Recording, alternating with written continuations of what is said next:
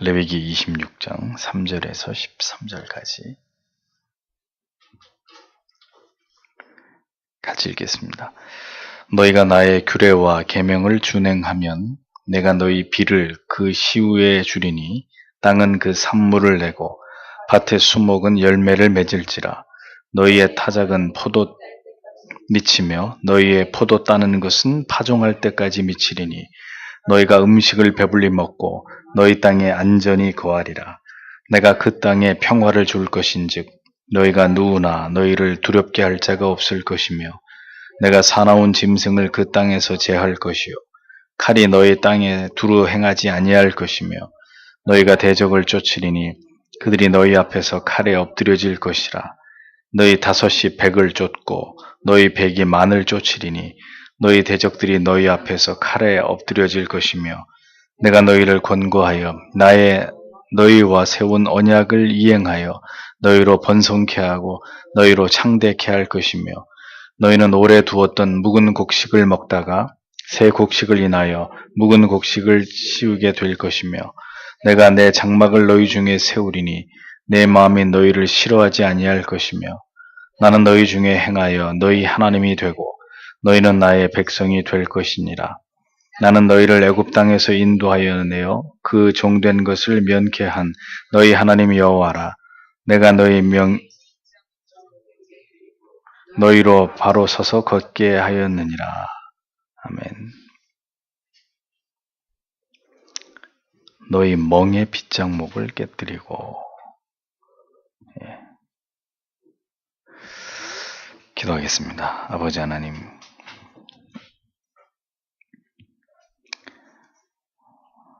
더욱더 악이 창궐해가고 하나님을 대적하는 무리들이 더욱 빠르게 늘어나고 있는 마지막 때에 새벽 이슬과 같이 영롱한 투명한 그 영혼을 지키며 그러한 마음과 정신으로 하나님 앞에 서기 원하는 하나님의 백성들이 열리를 제쳐두고 하나님 앞에 나와 말씀을 듣고 기도하기 위해 이 금요일 밤에도 하나님 앞에 머리를 조아렸습니다. 마지막 때에 이렇게 하나님의 말씀으로 무장하고 깨어 기도하며 믿음으로 살기를 원하는 주의 백성들을 하나님 부디 주의 오른팔로 붙들어 주시고 어떤 경우에도 세상에 때묻지 아니하고 이 신앙의 순결함을 이 올바른 믿음을 지켜서 하나님을 바르게 신앙하는 참된 신자들이 되게 하시고 그와 같은 하나님의 말씀에 순복하는 그 믿음으로 하나님을 기쁘시게 하는 구별된 하나님의 사람들이 되도록 도와주시옵소서. 우리에게 진정코 믿음이 있는지는 지금 알 수 있는 것이 아니라 믿음으로 말미암아 우리의 생명을 위협받게 되는 그 순간이 이르게 될 때 우리의 신앙의 진위가 판가름나게 될 것이라는 것을 하나님 우리가 기억합니다. 부디 우리 자신에 대해서 우리 자신의 신앙에 대해서 낙관적인 그런 생각일랑 하나님 우리가 버리게 하시고 깨어있어 날마다 우리 자신을 돌아보며 더 믿음의 허리띠를 조여매고 이 마지막 시대에 진실로 깨어서 하나님을 신앙하는 등불에 기름을 준비한 다섯 처녀들 같은 그런 참으로 귀중한 하나님의 사람들이 다 되도록 하나님 도와주시옵소서. 부디 마지막 때에 모이기에 힘쓰며 기도하며 하나님 말씀을 듣는 이 일을, 이 경건에 진력하는 이 일을 최선의 가치로 삼을 수 있는 모든 서교 장로교회 성도님들이 되게 하시고 더 많은 성도님들이 하나님 앞에 나와 간절히 기도할 수 있는 삶의 환경이 허락되도록 하나님 도와주시옵소서. 이 밤에도 말씀으로 찾아오시고 또 기도의 영을 부어주셔서 간절함으로 하나님을 기쁘시게 하는 올바른 기도로 하나님 앞에 나아가는 저희들이 되도록 하나님 붙들어 주옵소서. 예수님 이름으로 기도합니다. 아멘. 나의 규례와 계명을 준행하면 이런 제목으로 말씀을 생각해 보겠습니다. 하나님께서 이스라엘 백성들에게 레위기의 모든 말씀, 그 말씀에 대한 결론 부분에서 무엇을 말씀하시려고 하는 것인가? 그것은 하나님께서 명령하신 모든 계명과 율례를 준행하고 순종하라는 것입니다. 모든 레위기에 하나님이 말씀하신 여러 가지 많은 그 규례들, 그 하나님의 계명들을 철저하게 순종하라는 거죠. 인간은 우연히 존재하고 있는 그런 존재들이 아닙니다. 인간은 책임이 있는 존재입니다. 하나님께서 우리들에게 자유롭게 우리의 의지에 따라서 모든 것을 결정하도록 허락하셨죠. 다만 선악을 알게 하는 나무를 에덴 동산의 중앙에 만들어 놓으시고 결코 이것을 따먹어서는 안 된다고 말씀하신 것처럼 인간의 모든 그 의지적 선택에 있어서 반드시 하나님께서 명하신 모든 말씀에 순종해야 됨이 전제가 되어야 된다는 것을 하나님께서는 분명히 강조하고 계십니다. 그리고 하나님의 말씀은 이 순종의 당위성만을 말씀하신 것이 아니라 순종하는 자녀들에게 주시는 은총까지 분명하게 같이 하나님께서는 약속하고 계신 것을 우리에게 보여주고 있죠. 그래서 오늘 본문을 보면 3절과 4절을 보십시오. 만일 너희가 나의 규례들 안에서 걸어가면, 그리고 너희가 나의 명령들을 지키면, 그리고 너희가 그것들을 행한다면 그때 내가 너희의 비들을 그것들의 때에 줄 것이다. 그리하여 그 땅은 그것의 산물을 낼 것이다. 그리고 밭의 수목은 그것의 열매를 낼 것이다. 이렇게 기록되어 있습니다. 원문에서 나의 규례와 이 부분은 이렇게 좀 한글 성경처럼 이렇게 기록되어 있지 않고 나의 규례들 안에서 걸어가면 이렇게 되어 있습니다. 그러니까 약간 번역이 이 부분에 좀 불충실하죠. 한글의 번역은 규례들 안에서 걸어가면 이렇게 되어 있어요. 그러니까 걸어간다는 의미가 뭡니까? 하나님의 말씀이 우리의 삶의 어떤 삶의 한 방식과 습관이 되어 있는 것을 의미하죠. 그러니까 하나님의 말씀이 우리에게 가라고 하는 길로 우리의 삶 자체가 그것을 자연스럽게 따라가고 있는 그런 어떤 삶의 형태를 얘기합니다. 이 시대의 그리스도인들은 하나님의 말씀을 대하는 자세와 태도에서부터 이 성경이 말씀하는 바와 한참 동떨어져 있는 것을 보는 거죠. 규례들 안에서 걸어가면 분명히 그랬습니다. 하나님의 말씀 안에서 넘어가면 안 되고 그 하나님의 명령, 하나님의 규례 그 안쪽의 길에서 걸어가야 되는 거예요. 절대로 임의로 이 선을 넘어가지고 하나님의 규례 밖으로 걸어가면 안 되고 하나님의 규례 안으로 걸어가야 됩니다. 그리고 그것이 어느 한순간만 그렇게 돼야 될 것이 아니라 우리의 삶의 전방위적인 모든 삶의 내용과 질과 방향에 있어서 그 하나님의 규례 안으로 그 하나님의 뜻을 지향하는 쪽으로 그렇게 계속해서 우리의 삶의 모든 방식과 존재하는 양태가 그것을 쫓아가야 된다. 그런 얘기입니다. 그러나 말씀을 아는 정도가 아니라 말씀을 부지런히 익히고 그 다음에는 지키고 그리고 그것이 삶에서 배어나오도록 철저하게 하나님의 말씀을 준행하는 것을 의미하죠. 누가 그렇게 예수 믿습니까 지금? 이 시대의 그리스도인들은 하나님의 말씀을 대하는 자세, 태도 전혀 성경이 얘기하는 것과 완전히 동떨어진 그런 방식을 취하면서 하나님을 신앙하고 있는 것입니다. 물론 행위로 구원받는 것이 아니기 때문에 그대로 이 모든 율법들은 믿어야 구원받습니다. 제가 그렇게 얘기한 것이 아니죠. 구원은 믿음으로 받는 것이지만 하나님이 우리에게 바라시고 원하시는 삶은 하나님의 규례들 안으로 걸어가는 그것이 우리의 삶에 배어있는 어떤 특별한 경우만 그런 것이 아니라 우리의 모든 생각과 사고와 우리의 판단과 어떤 결정과 삶의 내용 자체가 그래야 된다는 것이죠.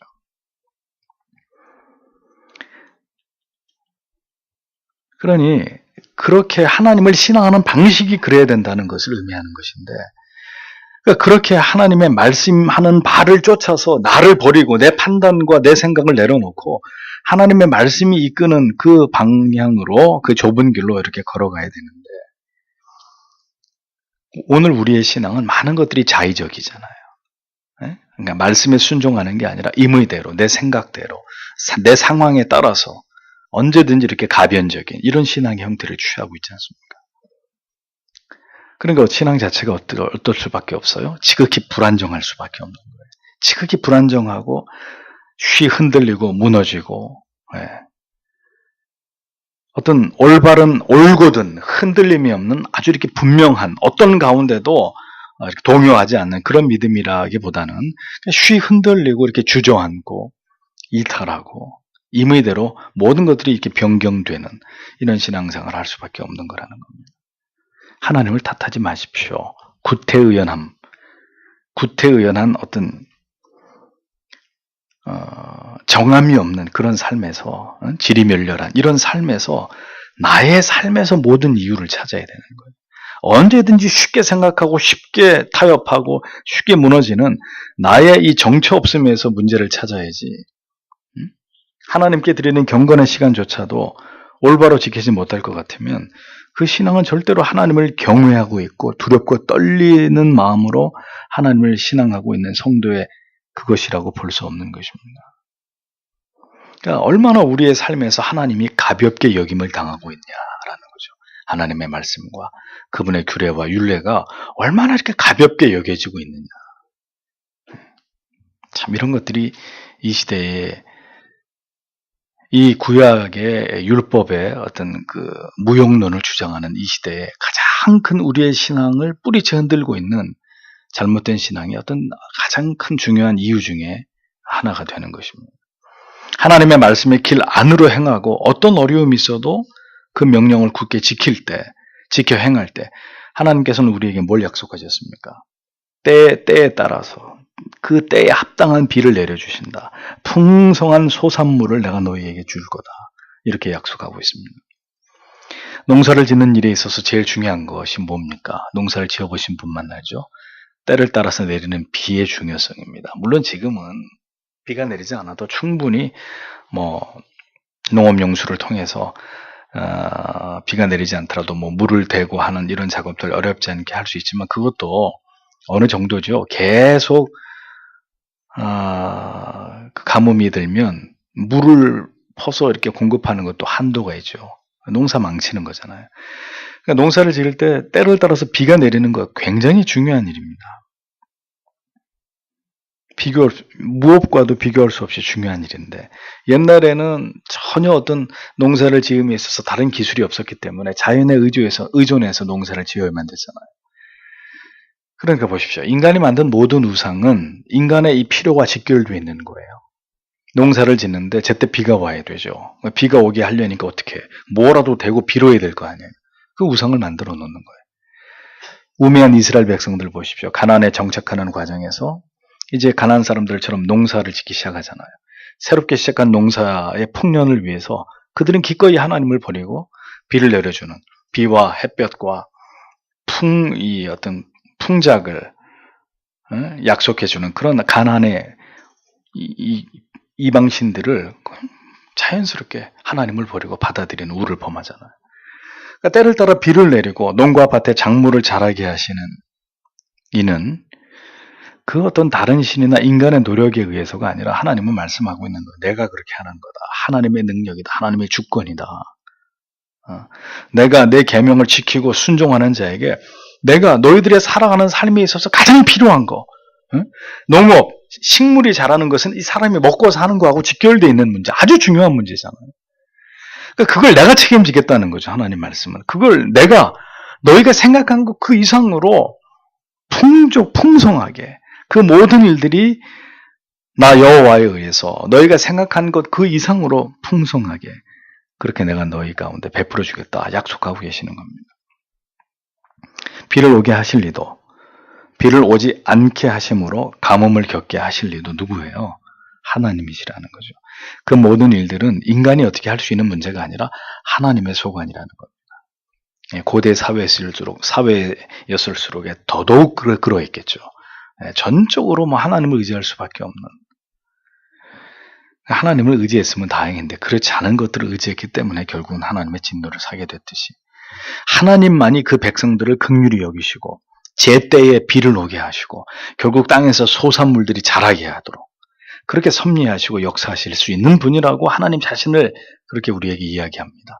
그러니까 우리의 가장 큰 오류와 어리석음은 모든 것을 자꾸 우리의 노력만으로 우리의 의지만으로 지금은 어떤 과학의 힘을 빌어서 우리가 어떻게 자꾸 해결해 보려고 하는 것입니다. 이건 분명히 하나님을 의지하지 않으면 안 되는 문제인데 하나님을 밀쳐내고 자꾸 인간이 그 문제들을 풀어가려고 하는, 해결하려고 하는 거예요. 그리고 얼마든지 인간의 능력을 가지고 해결할 수 있다고 믿으려고 하는 것이죠. 그래서 자꾸 하나님을 밀쳐내고 하나님을 지워버리는 거예요. 그래서 인간의 과학을 계속해서 가속시켜가지고 300살까지 살겠다, 500살까지 살겠다, 그 신의 영역에 도전하겠다는 이야기죠. 또다시 바벨탑을 쌓는 것입니다. 그러니까 기억해야 될 바는 이거죠. 하나님의 허락하심이 있어야 된다는 거예요. 그게 우리 마음대로 다 되는 게 아니라 하나님의 허락하심이 있어야 된다. 모든 것은 하나님의 주권에 의해서 우리에게 이루어지고 베풀어지고 성취되는 것일 뿐이다.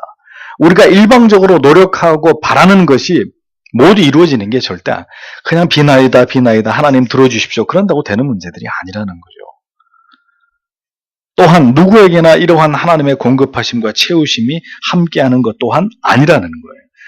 모두에게 그렇게 하나님이 그들의 원하는 모든 걸 채우시는 것 아니라는 겁니다. 누구에게요? 어떤 자에게 제한적으로 이런 하나님의 은혜가 임합니까?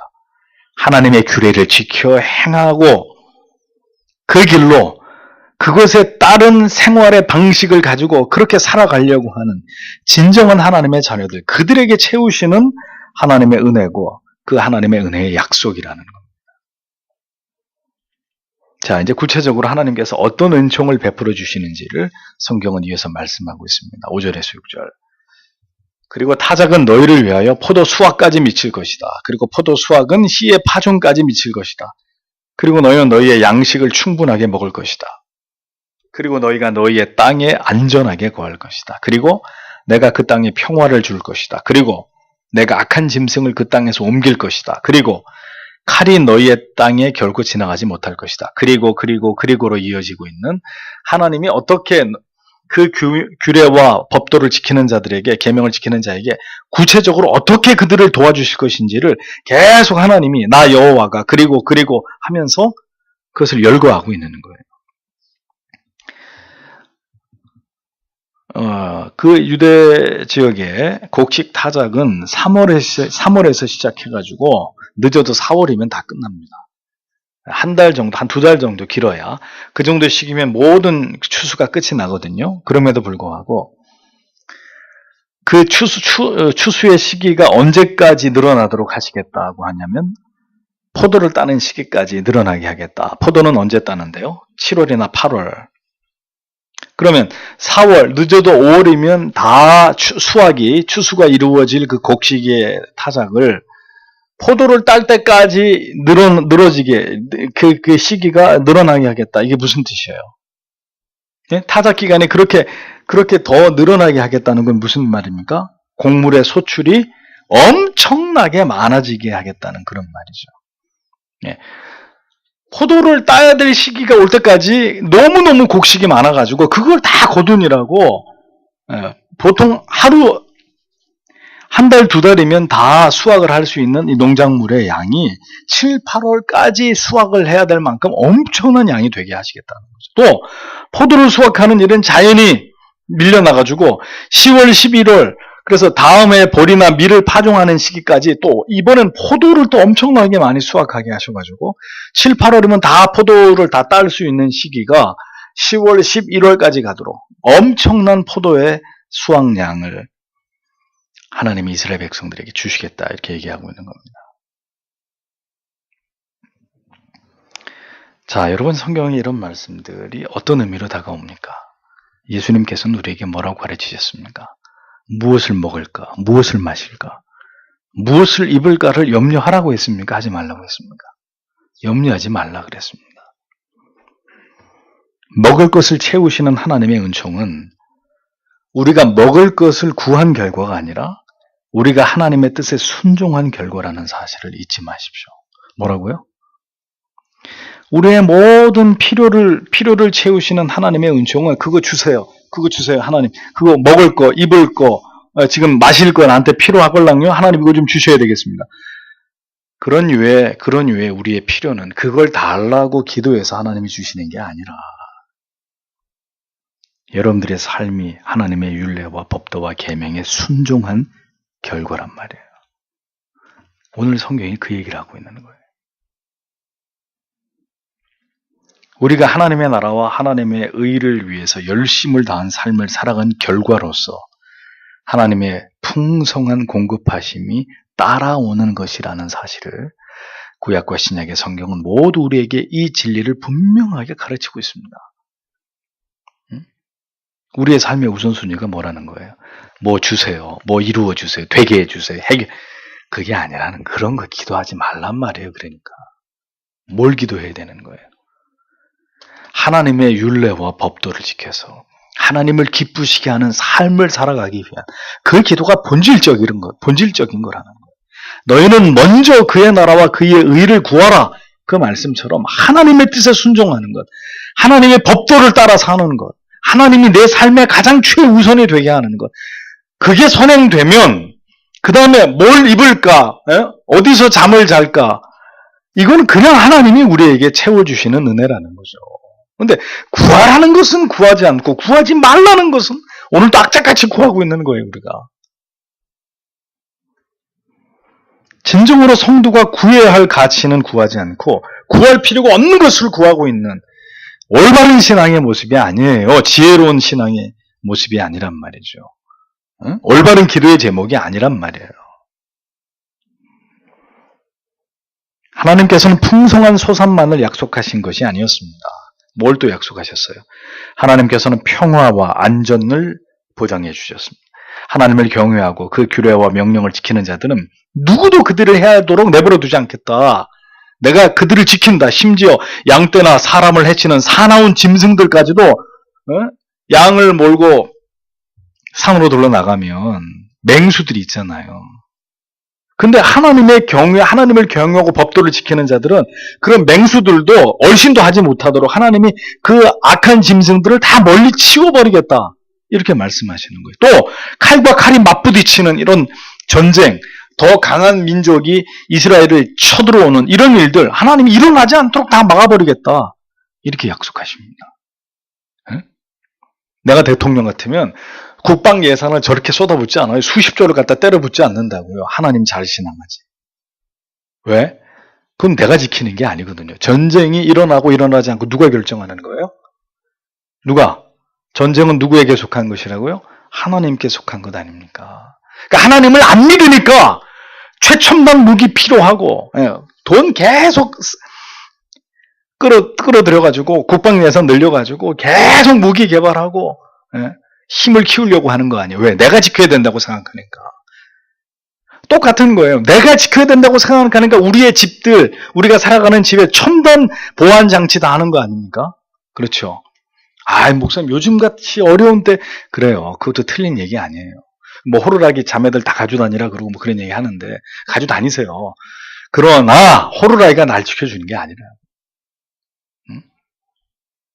무슨 보안 시스템 이런 장비 혹은 뭐 보안 회사가 내 재산을 내 집을 지켜주는 게 아니란 말입니다. 근본적으로. 누가 지키는 거예요? 하나님이 지키시는 거예요. 그러니까 하나님이 지켜주지 않으면 뚫리는 거고 아무리 겹겹이 쌓아놓고 지키려고 해도 다 빼앗기고 잃어버리게 되는 것이고 하나님이 지켜주시면 누가 감히 우리를 해야겠어요? 우리 것을 잃어버릴 수 있겠습니까? 그러니까 근본적으로 우리는 그 시대 이스라엘 백성도 그랬지만 오늘을 살아가는 우리도 지독하게 하나님 믿지 않는 거예요. 하나님 의지하지 않고 사는 거예요. 그러니까 하나님을 믿는 거는 그냥 옵션이에요. 많은 믿는 것들, 믿으려고 하는 것들 가운데 하나로 이렇게 하나님도 그 중에 하나인 것이고 되도록 내 돈으로 우리가 가진 것들로 최대한 우리 자신을 지키려고 겹겹이 방어막을 싸고 그 중에 하나로 하나님을 끼워놓고 살아가는 거죠. 솔직히 얘기해서. 그거 하나님 신앙하는 거 아니란 말입니다.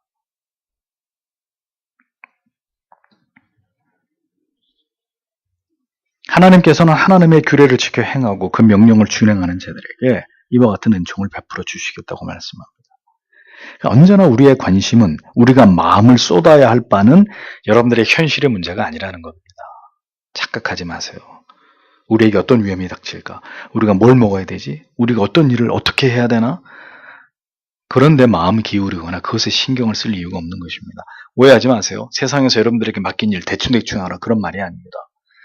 열심히 최선을 다해서 하되 나의 열심만으로 그 모든 문제가 다 해결되는 게 절대로 아니라는 거죠. 하나님이 도우시고 하나님이 행하시고 하나님이 지키시고 하나님이 인도하실 때 모든 일들이 순리대로 되게 되는 것입니다. 하나님의 관심은 그러니까 우리가 그런 것에 마음을 쏟는 것이 아니란 말이에요. 사업도 직장도 공부도 최선을 다해서 열심히 해야죠. 그런데 그게 우상이 돼가지고 거기다 다 쏟아붓고 하나님을 경외하지 못한다면 잘못 사는 인생이란 말입니다. 신자를 향한 하나님의 마음은 언제나 우리가 그의 나라와 의를 위해서 살아가고 있는지, 하나님이 기뻐하시는 뜻과 계명을 따라서 어떤 대가를 지불하더라도 이 땅에서 그 좁은 길을 걸어가고 있는지 하나님이 주목하시는 건 그것입니다. 그래서 그 길을 가는 자, 하나님이 기뻐하시는 순종하는 그리스도인의 삶을 살아가고 있는 자, 하나님께서 그들을 지키시고 보호하시고 그들을 먹이시고 입히시고 돌보시는 하나님이라고 성경은 분명히 얘기하는 거예요. 그러므로 평상시에 하나님의 이름을 찾고 하나님을 의지하고 하나님의 계명에 순종하지 않는 사람들이 발등에 불 떨어지면 하나님 도와달라고. 하나님 도와주실 의무가 전혀 없는 거예요. 그러니까 평상시에는 그렇게 교회 좀 나와서 말씀 듣고 귀뚱으로 듣지도 않다가 이제 뜨거운 불덩어리가 이제 한번 발등에 떨어지면 아이고 하나님 좀 살려달라고. 그래 하나님이 그래도 그런 기도를 들으시고 도와주시면 다행인데 하나님의 응답이 제때 이루어지지 않아요. 그럼 어떡해요? 에이씨 이런 하나님 같으면 안 믿는다고. 나가는 거예요. 응? 자기가 자기 앞가름 다 하고 뭐 하나님 앞에 기도할 필요도 없어요. 내가 다 사람들 찾아가면서 모든 뭐 수습 다 하고 다 뭐 내 살 길 다 찾아놓고 그 뭐가 믿음이냔 말이죠. 도대체 우리의 삶의 어떤 부분에서 믿음을 볼 수 있느냐? 정말 하나님이 해결해 주심을 바라고 하나님의 돌보심, 보호하심, 하나님의 인도하심을 구하면서 철저하게 하나님 앞에 복종하고 하나님의 뜻을 기다리는 그런 믿음이 어디냔 말이에요. 도대체 요즘에. 그러니 엄밀하게 이러한 하나님의 말씀의 잣대로 판단해 볼 때 이런 순수한 순전한 믿음을 가지고 하나님을 의지하는 사람들이 오늘 이 시대의 전체 그리스도인들 가운데 몇 퍼센트나 되겠느냐. 심각한 이야기입니다.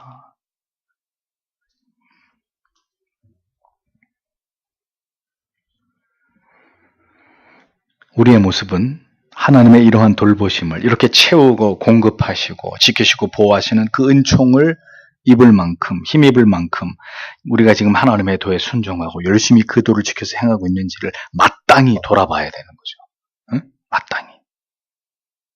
우리의 필요와 우리의 안위를 우리의 형통을 도모하기 전에 언제나 우리가 주목해야 될 것은 오늘 우리 교회가 그리고 이 민족이 이 나라가 하나님의 규례를 지키고 있고 하나님의 뜻을 행하고 있는지를 정확하게 볼 필요가 있는 것입니다. 지금 이 나라와 이 민족을 이 한국 교회를 향하신 하나님의 뜻이 무엇인지를 진지하게 고민해 볼 필요가 있는 것이죠. 우리에게 이김을 주는 것은 우리 자신이 아닙니다. 우리 자신이 가지고 있는 어떤 화려한 커리어들이 아닙니다. 우리의 힘과 능력이 아니란 말이에요.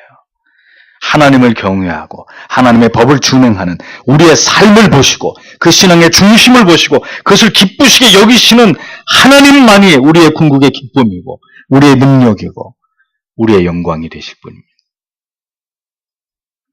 그러니 불행하게도 지금 우리가 살아가고 있는 이 세상을 보십시오. 이 나라를 보십시오. 내일 서울시청 앞에서 신촌에서 동성애 퀴어 축제 벌어지죠. 우리가 살아가고 있는 세상이 이 지경이에요. 벌건 대낮에 뻘거벗고 동성연애자들이 자기들의 축제를 벌이고 우리는 뻔히 옆에서 그걸 지켜보고 구경만 해야 되는 국가가 이제 그들의 인권을 위해서 법을 만들어서 계속해서 이번에 20대 국회에도 법을 상정해가지고 기어이 통과를 시켜가지고 이런 미친 짓거리를 하려고 하는 그런 세상의 한복판에 저와 여러분들이 살고 있는 것입니다. 하나님이 이 민족에 복을 주실 것이라고요. 저는 절대로 제가 가지고 있는 신앙의 상식과 제 믿음으로는 하나님이 이 민족의 복을 천만에 재앙이 오지 않으면 다행입니다. 빠른 시일 안에 하나님의 심판이 이루어지지 않으면 다행입니다. 이젠 한국 교회가 썩을 대로 썩어서 저런 짓거리를 해도 물리적으로 가서 그 앞에 피켓 들고 그것도 꼭 부패한 교회들이 앞장서서 그런 짓 하는데 그 며칠 동안 그렇게 할 수는 있을 거예요. 그러나 이 대세를 이 악이 만들어가고 있는 거대한 흐름을 한국 교회는 막아낼 수 있는 힘을 이미 잃어버렸습니다. 너희들이나 똑바로 살아. 우리가 그렇게 세상 사람들한테 손가락질 당하고 있잖아. 너희들이나 법 지키고 너희들이나 똑바로 살아. 누구 보고 지금 뭘 손가락질하고 뭘 잘못됐다고 그런 소리를 해. 너희들 자신이나 너희들 믿는 신 앞에 부끄럽지 않게 살아. 이제 우리가 이런 취급을 당하고 있잖아요. 세상에서. 우리가 무슨 수로 저들을 막아요. 그러니 하나님의 법을 지키고 순종하는 자에게 이러한 은혜가 있다고 했는데 그걸 뒤집어서 얘기하면 어떻게 되는 거예요? 저 뒤에 가서 불순종에 대한 형벌도 말씀드리겠지만 어떻게 되는 거예요? 이렇게 하나님의 계명 법도 우습게 여기고 무시하는 세상은 그렇다고 치고 교회, 성도, 교인들 어떻게 할 거예요? 재앙만 남아있는 거예요. 하나님의 심판만 남아있는 거예요, 지금. 오늘 아침에 여러분 뉴스 보셨습니까? 앞으로 40년 뒤에 2070년이 되면 2060년, 60년이 70년이 되면 조기 사망률 전 세계 1위 국가가 대한민국이 될 것이다. 우리나라에서 조사 발표한 거 아니에요. 유엔에서. 대한민국은 지금 위기에 빠져 있는 나라다. 이거 미세먼지 문제 해결 안 하면 대한민국에서 재앙이 시작되고 그렇게 해서 인구가 감소하면 경제가 바탕나고 이게 도미노 현상으로 전 세계에 영향을 미치면 이게 상당한 문제가 될 수 있으니까 한국 정부 빨리 나서서 미세먼지 문제 해결하라고 공기 문제, 공기오염 문제 해결하라고. 여러분 소리 없이 죽고 있는 거예요. 우리가 소리 없이. 이게 하나님의 재앙이 아니고 뭐예요. 전 세계 이 많고 많은 나라 중에 왜 대한민국이 하필이면 왜 대한민국이 조기 사망률 1위 국가에 앞으로 정확히 40년 뒤에 저나 여러분들이 죽어가고 있는 거예요. 미세먼지 계속 마시면서 죽어가고 있는 거예요. 이게 하나님의 심판이 아니면 뭐예요?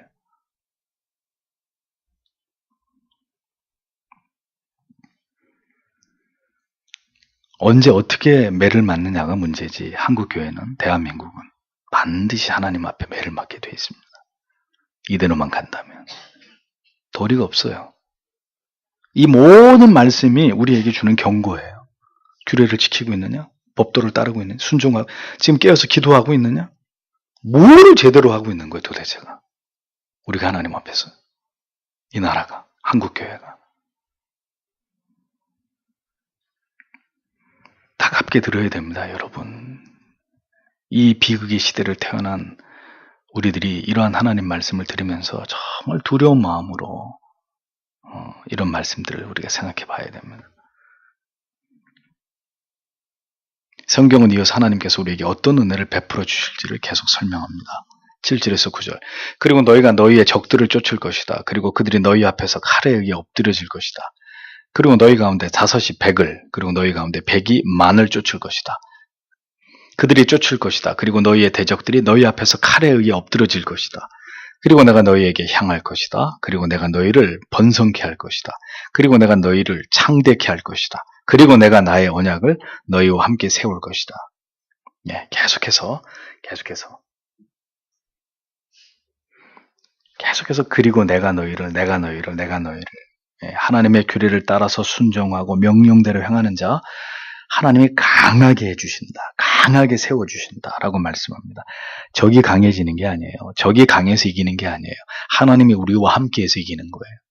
우리가 힘을 키워가지고 강한 적을 이기는 게 아니에요. 하나님이 우리와 함께 하셔서 강한 적을 이기는 거예요. 그 증거가 이 말씀 속에 나오는 거죠. 늘 강한 적들에게 쫓기던 이스라엘이 이제는 적을 쫓는 자들이 되고 5이 100을 상대한다. 이게 무슨 뜻입니까? 우리가 강해졌기 때문에 이긴다는 거예요. 우리는 그대로 5이에요. 우리는 그대로 100명밖에 안 된다고요. 우리는 여전히 여기서 더 나을 게 없는 존재들이에요. 근데 어떻게 5이 100을 상대합니까? 어떻게 100이 만을 상대할 수 있습니까? 나 여호와가 너희와 함께함으로 그렇게 하게 해주겠다. 너희를 그렇게 강하게 해주겠다는 거예요. 응? 내가 경쟁력이 아니란 말입니다. 나와 함께 하시는 하나님이 우리의 경쟁력이지. 우리의 능력의 원천이지. 생각해 보세요. 5이 100하고 싸우면 이길 수 있나? 다윗이 골리앗하고 싸워서 이길 수 있습니까? 이길 수 없는 싸움이에요. 근데 이겼어요. 왜? 하나님이 함께 하셨기 때문에. 우리는 자꾸 우리가 수가 늘어나면 어떻게 될 거라고 생각하는 거죠. 우리가 돈이 많아지면 뭐 어떻게 될 거라고 생각하는 그런 거 아니란 말이에요. 할 수 있으면 하나님이 지금 우리를 가지고도 지금 이 작은 교회를 통해서도 지금 아무것도 없는 나를 통해서도 하나님의 위대한 뜻을 이루십니다. 적들을 깨뜨려서 승리하게 하시는. 그래서 5명이 100을 이겼대. 100이 10,000명을 이겼대. 응?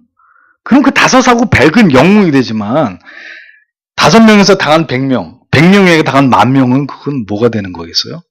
세상을 이렇게 수치스럽게 만들겠다는 거예요. 자기 힘만 의지하는 세상을 하나님을 의지하는 우리를 통해서 하나님이 납작하게 만들어 버리겠다는 거죠. 왜? 하나님이 살아계심을 그것을 통해서 증명할 수 있기 때문에. 그리고 하나님이 이렇게 힘을 줘서 분명히 말씀하시잖아요. 내가 나의 얼굴을 너희에게 향할 것이다. 원문에 그렇게 되어 있어요. 내가 너희를 번성케 할 것이다. 내가 너희를 창대케, 내가 언약과 함께 너희를 세울 것이다. 잘 보세요.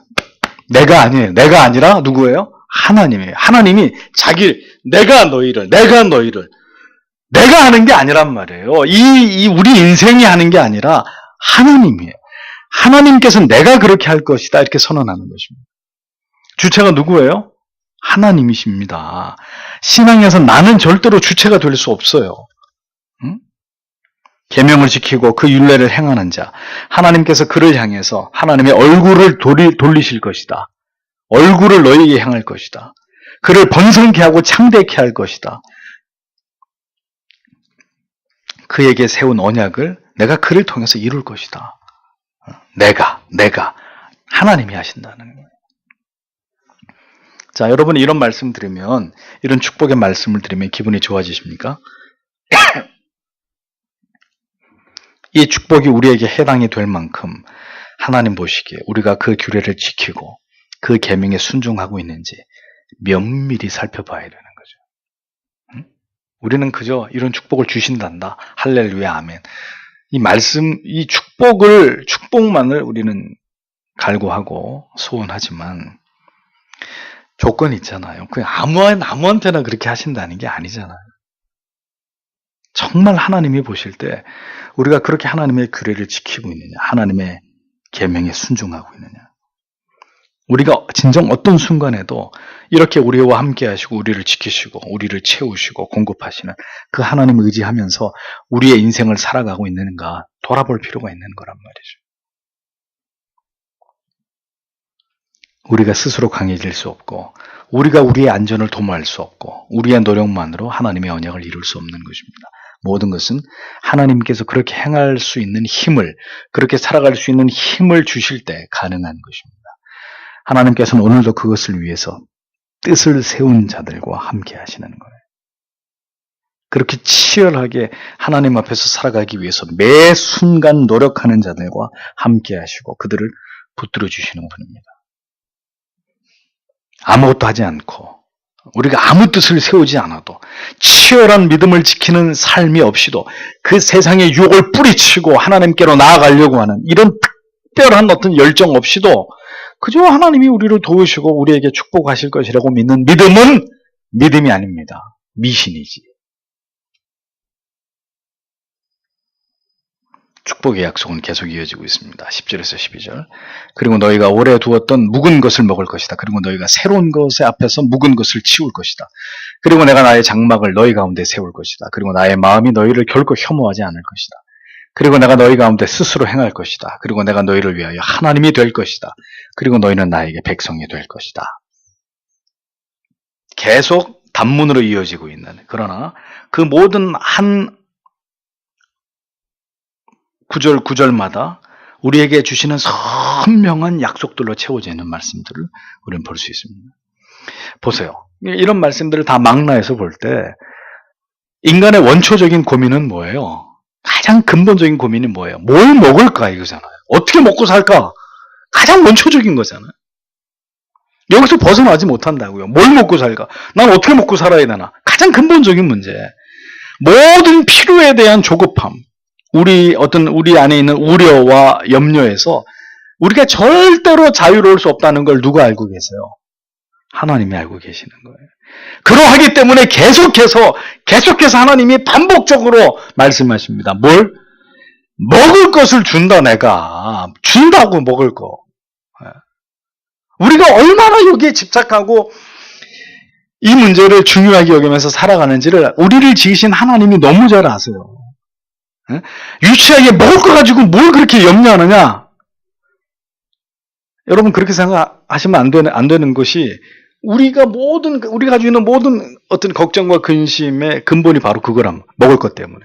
그 먹을 것 때문에 하나님 버리고 우상 숭배한 이스라엘 백성이고, 지금도 그 먹을 것 때문에, 그 돈 때문에 하나님 버리고 배도하고 우리의 신앙이 때때로 무너지는 것을 보지 않습니까? 돈 때문에, 그까지 먹을 것 때문에 좀 더 잘 먹고 좀 더 잘 입고 좀 더 좋은 집에서 살려고 신앙 다 무시하는 거 아니에요? 하나님 법 다 깨트리는 거 아니에요? 좀 더 잘 나가 보려고 이번만 이러고 타협하는 것이고, 다 여기에 해당되는 것입니다. 먹는 문제는 우스운 문제가 아니에요. 결국 이 먹는 문제가 해결되지 않을 때 신앙이 변질되는 거 아닙니까? 교회가 타락하는 것이고, 결국은 넓은 문으로 들어가게 되는 것이고, 철로 역정의 사심과 두 마음같이 하나님과 세상 사이에 양다리 걸치고 이도 아니고 저도 아닌 이런 이상한 인생 되는 거 아닙니까? 먹는 것 때문에, 결국은 먹고 사는 것 때문에. 간단한 문제가 아니라고요. 그래서 하나님이 계속 얘기하는 거예요. 내가 먹여준다. 내가 입혀준다. 내가 책임진다. 너희들. 하나님 유치하게 그 먹는 거, 유치하기는 하나님이 유치하신 게 아니라 우리가 유치한 거죠. 우리의 믿음이 정말 보잘것없는 거죠. 맨날 그 먹는 것 때문에, 그까지 돈 몇 푼 때문에. 하나님께서 장막을 이스라엘 가운데 세우신다고 했습니다. 무슨 말입니까? 영원히 너희를 버리지 않는다. 내가 너희와 함께하고 있다. 너희를 떠나지 않겠다는 말씀이죠. 그리고 이스라엘을 향해서 하나님께서 하실 수 있는 최고의 표현으로 그들에게 용기를 주십니다. 나는 너희 중에 행하고 너희는 너희의 하나님이 되고 너희는 나의 백성이 될 것이다. 나는 너희들만의 하나님이 되고 너희는 나만의 백성이 된다. 이런 그 하나님의 선포들. 하나님이 친히 이스라엘 백성들 가운데 행하시고 그들이 너희의 하나님이라고 표현하시면서 또 너희는 내 백성이라고 일컬으시면서 너희들은 그만큼 나에게 특별한 존재다. VIP들이다. 너희들은 나에게 아주 소중한 그런 존재이고 그런 관계라는 사실을 확인시키십니다. 매우 특별한 관계를 너희와 나는 평생 영원토록 누리게 되는 것이다. 왜? 너희가 내 말씀을, 내 규례를 지켜 행하였기 때문에. 하나님께서 이같이 특별한 사랑으로 이스라엘 백성들에게 약속하시는 이유가 무엇 때문입니까? 딱 하나밖에 없어요. 성경을 통해서 볼 때. 내 말씀을 청종했다는 거, 내 계명을 지켰다는 거. 하나님이 그러니까 이거 제일 기뻐하신다는, 다 필요 없는 거예요. 하나님이 제일 기뻐하는 게 뭐냐? 하나님 말씀대로 사는 것입니다. 하나님 말씀에 순종하는 것입니다.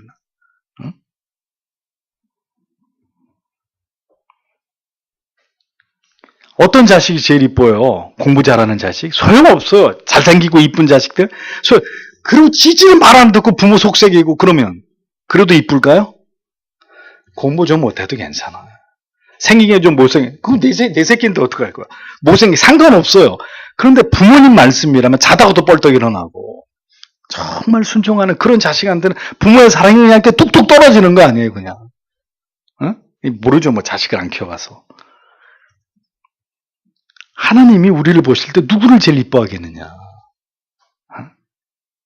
하나님 말씀을 청종하는 사람, 하나님의 계명을 지키려고 이 세상 속에서 그 뜻을 세우고 말입니다. 뜻을 세우고 다니엘과 사드락과 메삭과 아벳느고 세 친구처럼 뜻을 정하고 왕이 주는 고량 진미를 다 물리고 뜻을 세우고 말이죠. 하나님이 원하시는 하나님의 방법대로 살려고 하는 사람들. 그런 사람들이 많지 않단 말이에요, 지금. 많지 않으니까 여러분이라도 그렇게 살려고 하면 하나님의 눈에 쏙 드는 거 아닙니까? 응?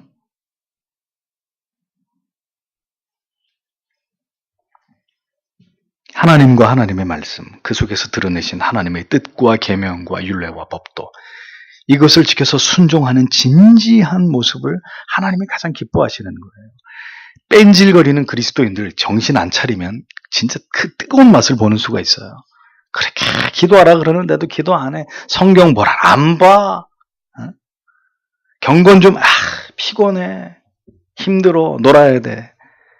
그래놓고 맨날 기도 제목 내라 그러고 열심히 성경 보게 해주세요. 성경 보도록 기도해 주세요. 어떻게 해줄까? 어떻게 해야 성경을 열심히 보게 해줘요?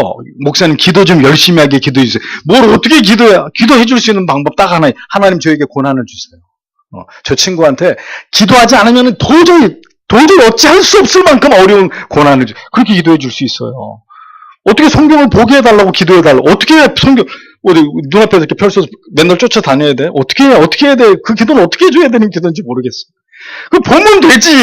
그냥 기도하면 되고 그걸 어떻게 해달라고 기도를 하면 어떻게 해주냐고요, 내 목사가. 보시란 말이에요. 그냥 TV 끄고 성경책 보시란 말이에요. 스마트폰 집어 던지고 방에 불 끄고 기도하고 엎드려서 그걸 어떻게 하게 해줘. 어떻게.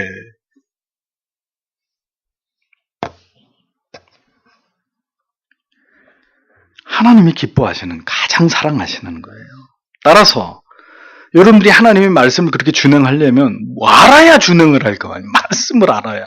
그러니까 하나님이 또 어떤 사람 이뻐하시? 늘 하나님 말씀 묵상하는 사람. 하나님을 알려고 힘쓰는 사람. 말씀 속에서. 하나님이 이뻐할 수밖에 없는 사람인데 하나님이 사랑할 수밖에 없는 사람들이에요. 근데 성경은 집어 던져놓고 일주일 내내 스마트폰하고 경건하고 스마트폰하고 예배드리고 하다가 주일날 돼서야 이렇게 성경책 먼지 툭툭 털어가지고 이러고 들고 교회 옵니다. 백날 예수 믿어보세요. 하나님의 말씀을 통해서 확고한 언약 관계 속에서 아버지와 자녀로서 하나님께서는 그렇게 우리와 관계를 맺기를 원하시는 하나님이에요. 하나님의 사랑은 하나님의 말씀을 사랑하는 사람의 그 열의와 열정과 비례하는 것입니다. 거듭난 성도라면 반드시 하나님의 말씀을 지켜서 준행하기 위해서 모든 노력을 다할 것이고 그렇게 말씀에 순종하면서 하나님을 기쁘시게 하자니 하나님의 말씀을 보다 분명하게 알아야 되고 분명하게 알자니 하나님 말씀을 열심히 들어야 되고 그게 다 신앙 안에서 이렇게 나타나게 되는 거예요. 하나님 사랑하는 사람 한 번이라도 교회 더 나오게 돼 있고 한 번이라도 말씀 더 들으려고 하게 돼 있어요. 그거는 숨길 수가 없는 거예요. 말로는 하나님 사랑하게 해주세요. 그래놓고 일주일 내내 성경 한 절 안 보고 기도 한마디 안 해? 거짓말하는 사람이에요. 새빨간 거짓말하는. 하나님은 그런 사람들의 그 말에 하나님 움직이시는 분 아니에요. 네가 나를 속이고 있구나 지금. 응? 속으로는 전혀 나를 사랑하지 않으면서 너희가 입으로만 나를 사랑한다고 하는 거냐. 왜 그걸 모르냐고요.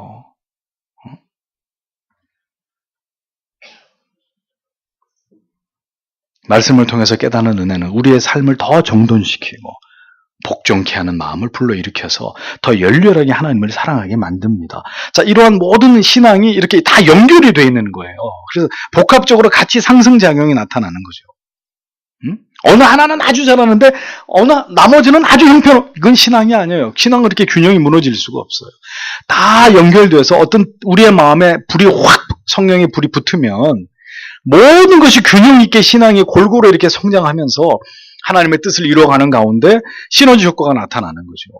전체적으로 신앙이 이렇게 모든 면에 있어서 골고루 불이 붙어서 이렇게 활활 타오르면서 열렬히 하나님을 사랑하고 하나님의 말씀을 사랑하고 기도를 사랑하고 성경을 사랑하고 다 사랑하지 이거는 사랑하는데 이거는 싫어 무슨 반찬 편식하듯이 그렇게 나타나지 않는다고요. 신앙이. 나는 예배는 참 좋은데 구역 예배는 싫고, 예배는 참 좋은데 성경 공부는 싫고, 성경은 좋은데 교리는 싫고, 그 네 맘대로 믿으라고 그러니까 어디 가서 그냥 아무렇게나. 그런 게 어딨냔 말이에요.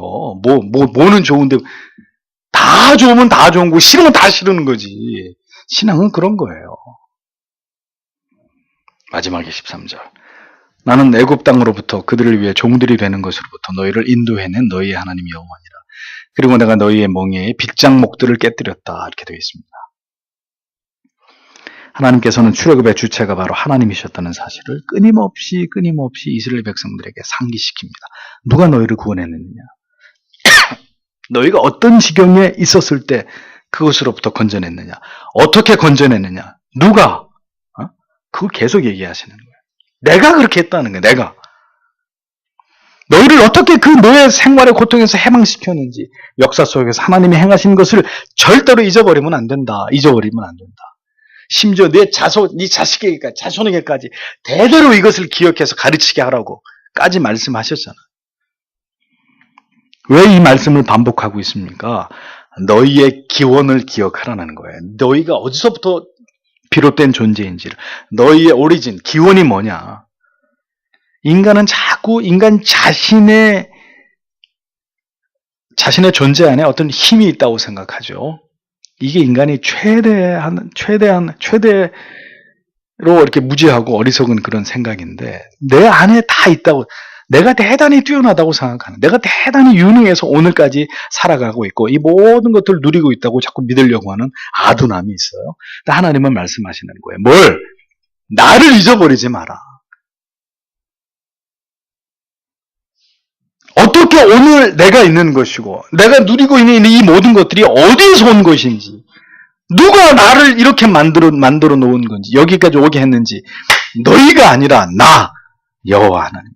내가 너희를 애굽 땅에서 건져냈고 그 광야의 모든 시간들을 지나 이 가나안에 이르도록 내가 너희를 그렇게 한 게 아니에요. 내가. 응?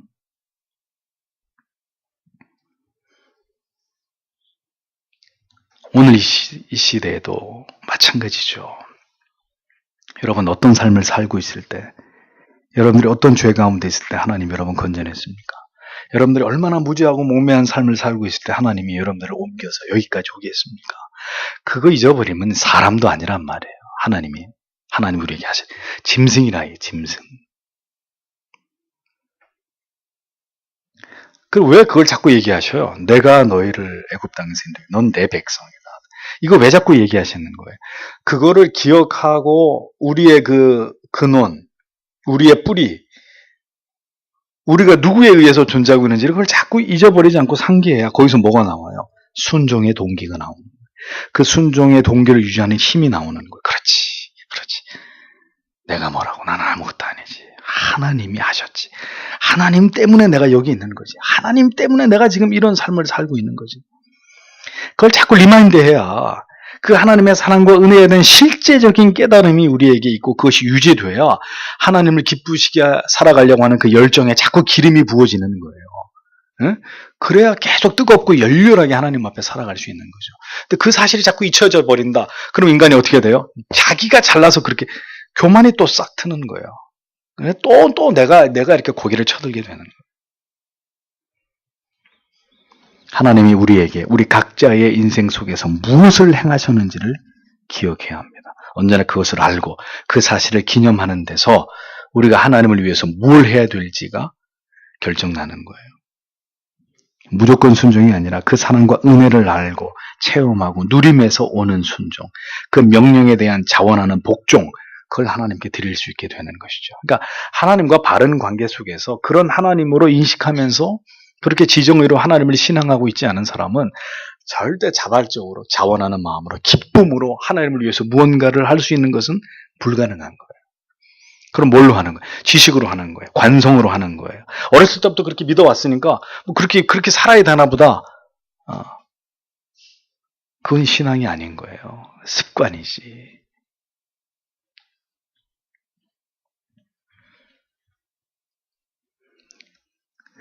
여러분들에게 자주 말씀드리죠. 아는 것만큼 믿는 거라고. 무지에서 벗어나서 참된 진리를 올바로 깨닫게 된 것만큼 믿게 돼 있어요. 그렇게 살게 돼 있어요. 하나님을 체험한 것만큼 결연히 아무런 핑계와 변명 없이 하나님의 뜻 앞에 순복할 수 있는 거예요. 하나님이 이 안에 꽉 차 있는데 다른 무슨 생각을 해요? 다른 뭘 시간을 뺏겨요? 그럴 수가 없는 거예요. 그게 용납이 안 되는 거예요. 누가 그렇게 해라, 하지 마라. 그래서 되는 게 아니라 내 안에 나를 온통 차지하고 계신 분이 하나님이기 때문에 달리 어찌 다른 생각을 할 수가 없는 거죠. 그 사람이 신자 아닙니까? 우리를 왜 구원으로 부르셨는지를 생각하고 또 생각하세요. 믿었으니 구원받는 것이고 호의호식하며 살다가 천국 가면 그만이다. 이렇게 여기는 건 신앙이 아닙니다. 구원 얻는 믿음이 아니에요.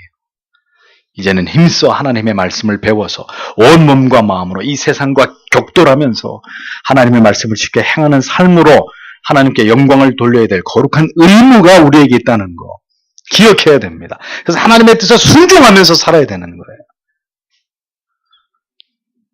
주를 따르는 길이 그렇게 쉽고 편안하고 어려움이 없는 길이면 왜 좁은 문이라고 하셨겠어요? 왜 많은 사람들은 넓은 문으로 간다, 좁은 문으로 가려고 하지 않는다, 이런 말씀 왜 하셨겠습니까? 잊지 마세요. 좁아지는 문이 아닙니다. 처음부터 좁은 문입니다. 갈수록 점점 좁아지는 문이 아니라 처음부터 내가 예수를 믿겠다고 딱 하나님 앞에서 은혜 받고 예수를 믿기 시작한 그때부터 좁은 문인 거예요. 갈수록 좁아지는 문이 아니라 처음부터 끝까지 어려운 길인 거예요. 신앙의 길은. 처음엔 안 그랬는데 갈수록 어려워지네. 그건 처음부터 뭐가 잘못되는 거예요. 그 사람. 처음부터 우리의 의지로 갈 수 없는 길이었는데 하나님께 붙들려가지고 여기까지 오게 된 거예요. 그게 믿음이에요. 그 가치를 아는 자에게만 허용돼요. 그 가치를 믿는 자만이 끝까지 완주할 수 있는 순례의 길입니다. 오늘도 성경이 우리에게 뭘 강조하고 있는지를 기억하십시오. 하나님이 왜 지금 레위기의 마지막에 이런 말씀하시느냐? 왜 하나님의 말씀을 나의 규례와 계명을 준행하면 라는 조건을 걸어놓고 그 다음에 이런 것들을 내가 너희에게 약속한다. 왜 어떻게 보면 이런 유치한 건 아니지만 꼭 이렇게 하면 이렇게 한다. 어떻게 보면 그렇게 안 하셔도 되지만 하나님이 이 죄인들이 그만큼 뭔가를 보여주고 확증해주고 약속을 해줘야만 믿는 존재라는 걸 알기 때문에 우리가 하나님이 유치한 게 아니라 우리가 이렇게 유치한 존재이기 때문에 이렇게 하나님이 다 이렇게 내가 너희에게 계속 얘기하면서 다 너희에게 그렇게 내가 행할 것이다. 이렇게까지 우리를 배려하시는 겁니다. 언제나 말씀드리지만 그런데 우리의 기도의 초점은 그러면 뭘 구해야 돼요? 하나님을 구해야 되는 거예요. 하나님을. 가장 지혜로운 기도는.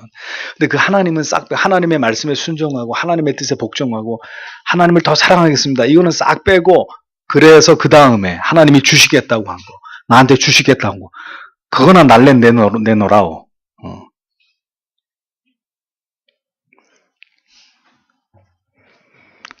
그러니까 그거는 성경을 전혀 오해하고 하나님을 오해하고 있는 사람들의 신앙의 모습과 기도인 겁니다.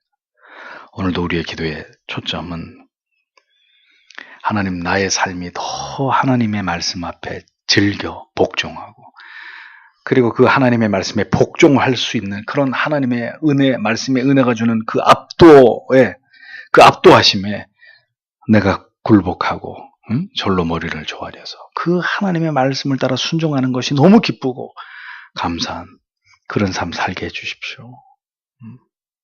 그럼 나머지는 그건 하나님이 하실 거예요. 나머지는.